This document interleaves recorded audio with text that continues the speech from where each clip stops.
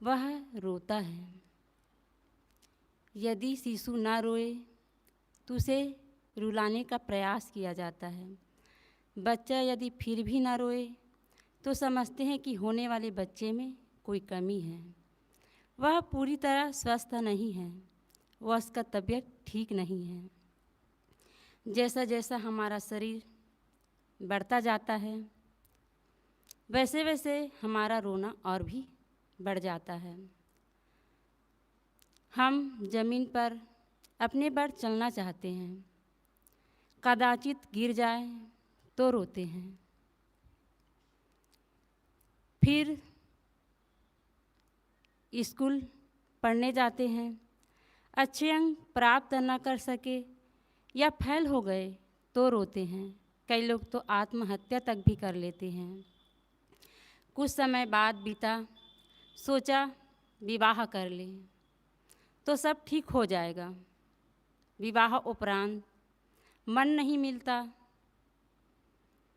और पत्नी से पति को अनुकूलता मिलती है और पति को पत्नी से अनुकूलता, तो रोते हैं। कुछ समय बाद बीता तो बच्चे पैदा हो गए, फिर भी रोना कम नहीं होता बल्कि और बढ़ जाता है। पद, प्रतिष्ठा, यश, कीर्ति, जवानी सब आकर चले जाते हैं और बुढ़ापा सामने दस्तक देने लगते हैं। फिर भी रोना कम नहीं होता और बढ़ जाता है।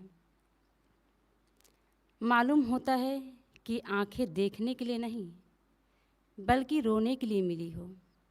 परम पूज्य गुरुदेव जी कहते हैं,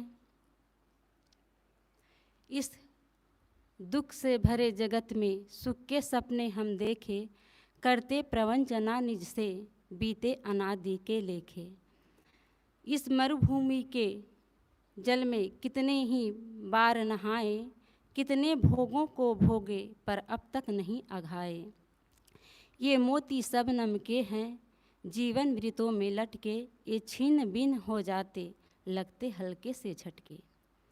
हम सुख की तलाश हर पल करते रहते हैं और सुख हमारे एक ही झटके में दूर हो जाता है और दुख हमारी झोली में आ जाता है।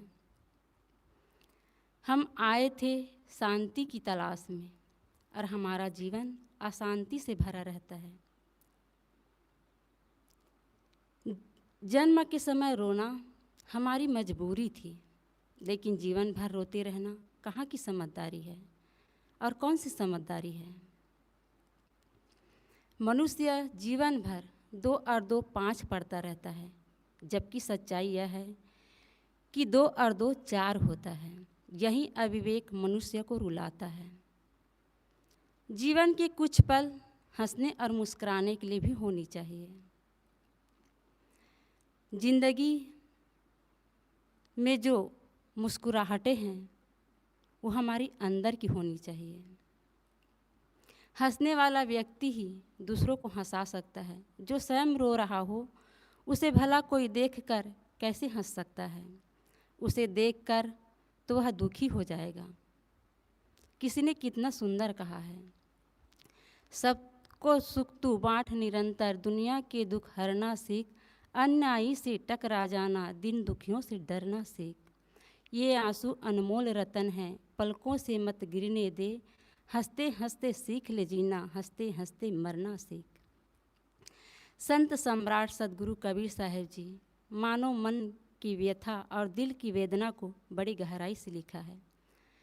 वे कहते हैं, मानो दुखी क्यों, दुख का कारण क्या, यदि दुख है तो उसका निवारण क्या। वस्तुतः हमारी सोच निगेटिव हो गई है। हमारी सोच जब तक उल्टी रहेगी तब तक हम सुख नहीं पा सकते। जीवन की सच्चाई को समझकर निर्भ्रांत जीवन जीने की कोशिश करनी चाहिए। मनुष्य यदि दूसरों पर शक करता है तो उतनी ही जिंदगी परेशान करती है। हमें नहीं मिल रहा है इसलिए हम दुखी नहीं हैं। बल्कि पड़ोसी अच्छा भोजन कर रहा है इसलिए हम दुखी हैं। हम पैदल चलते हैं इस बात का गम नहीं है, लेकिन पड़ोसी अच्छी कार पर चलता है तो ऐसा लगता है मानो हमारे सीने पर सांप लौट गया हो। हमारे पास छोटा मकान है, कोई बात नहीं, लेकिन दूसरों की बड़ी बड़ी कोठी देखकर हमारी सांसें थम जाती है। किसी ने कितना सुंदर कहा है, दिल के फफोले जल उठे दिल की आग से, इस घर को आग लग गई घर के चिराग से। यह मानव जीवन बहुत ही कीमती है और अनमोल है और नाजुक भी है। हमारे पास समय थोड़ा है परंतु बाधाएं बहुत है, इसलिए हमें समय का बहुत ख्याल रखना चाहिए। जो समय का ख्याल रखता है वह चंद समय में ही चंद की ऊंचाई में पहुंच जाता है। जो समय का कीमत नहीं समझता वह पश्चाताप करता रहता है। जीवन में कुछ चीज़ें ऐसी होती है जो एक बार हाथ से चला जाता है, निकल जाती है तो दोबारा लौट कर नहीं आती। जहाँ हम रह रहे हैं, जिन लोगों के साथ हमारा संबंध है, कदाचित वहाँ का अमन चैन बिगड़ गया तो लौट कर आना बड़ा कठिन हो जाता है।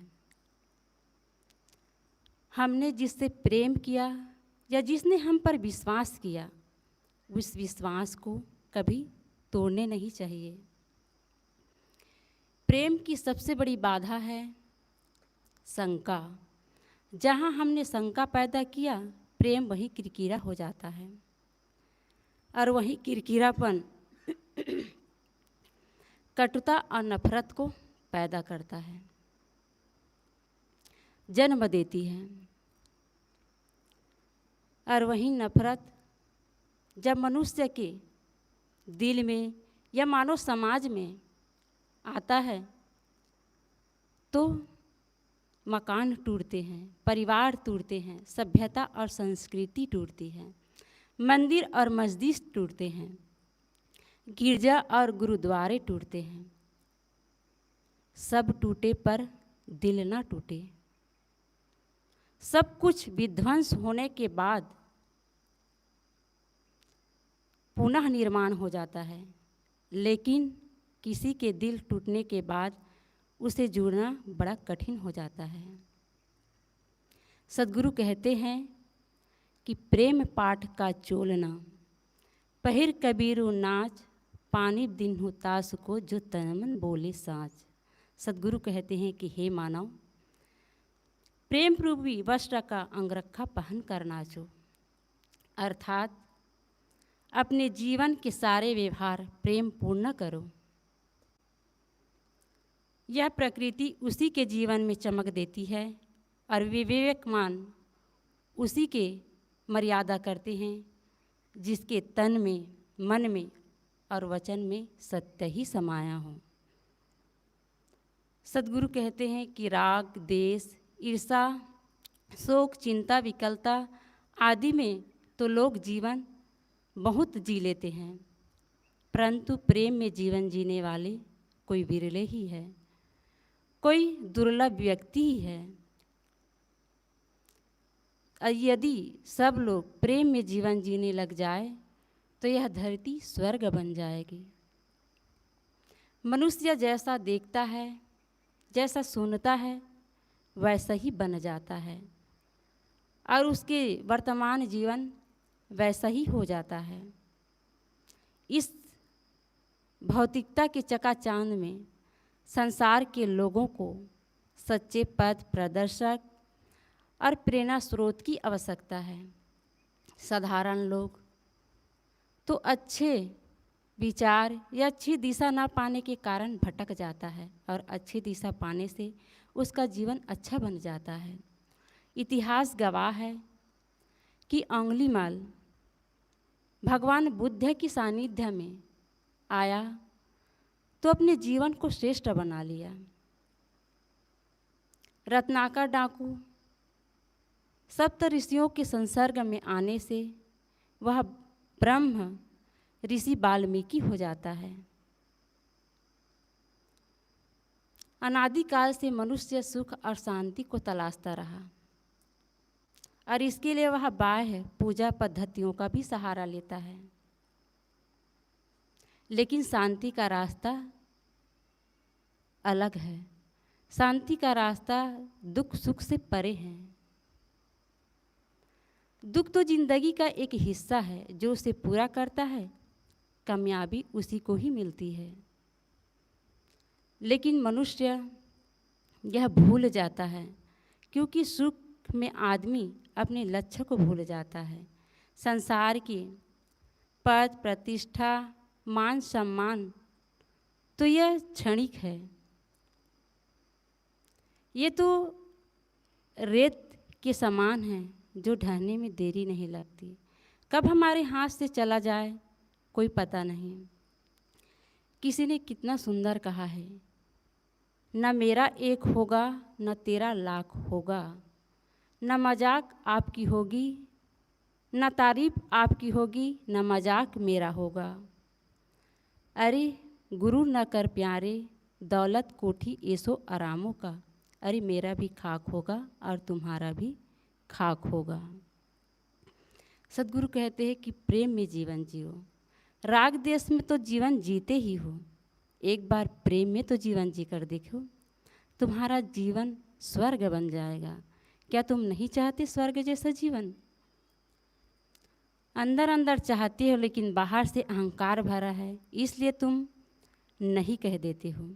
इसलिए प्रेम में जीवन जियो। सदगुरु कहते हैं कि प्रेम पाठ का चोलना, पहिर कबीर नाच, पाने दिन हो तास को जो तन मन बोले सांस। सदगुरु कहते हैं कि हे मानव, प्रेम रूपी वस्त्र का अंगरखा पहन कर नाचो, अर्थात अपने जीवन के सारे व्यवहार प्रेम पूर्ण करो। यह प्रकृति उसी के जीवन में चमक देती है जिस और विवेकवान मानव उसी के मर्यादा करते हैं जिसके तन में मन में वचन में एक सत्य ही समाया हो। इसलिए हमें सबके साथ प्रेम पूर्ण जीवन जीना चाहिए, अब प्रेममय जीवन बनाना चाहिए। बस इन्हीं शब्दों के साथ मैं अपनी वाणी को विराम देती हूँ। बोलिए सद्गुरुदेव की जय।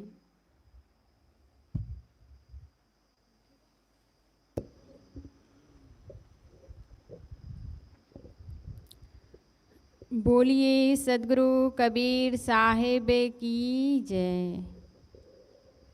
अभी हम सुमति साहेब के द्वारा बहुत ही सुंदर विचार से लाभ ले रहे थे कि यह मनुष्य जो है वह हर समय सुख और दुख दोनों के बीच में चलता है, परंतु वह आदमी क्या चाहता है, दूसरे को देखकर वह दुखी होता है और दूसरे के सुख को देखकर वह परेशान और अपने ज़िंदगी को दुखमय बना लेता है।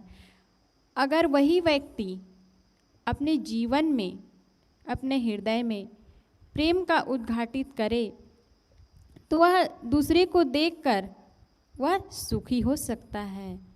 अपने हृदय में प्रेम को उजागर करे, उसको अपने जीवन में प्रेम को जिसने अपने जीवन में उतार लिए वह दूसरे मनुष्य को देखकर कभी दुखी नहीं होगा।